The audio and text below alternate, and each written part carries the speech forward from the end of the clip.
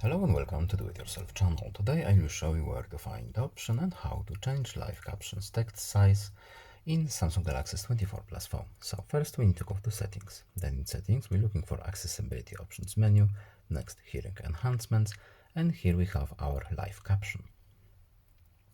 So in live caption then we are looking for the caption preferences, and here we have our caption size and style and some more options. So in captions size and style we have two options again. We have the caption style, and here we have size of our captions.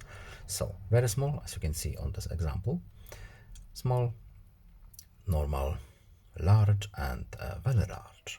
As you can see, we have pretty wide variety, so we can customize it here. And that's all. I hope this video is helpful to you. Please leave a like and subscribe. Have a nice day and see you in the next video. Goodbye.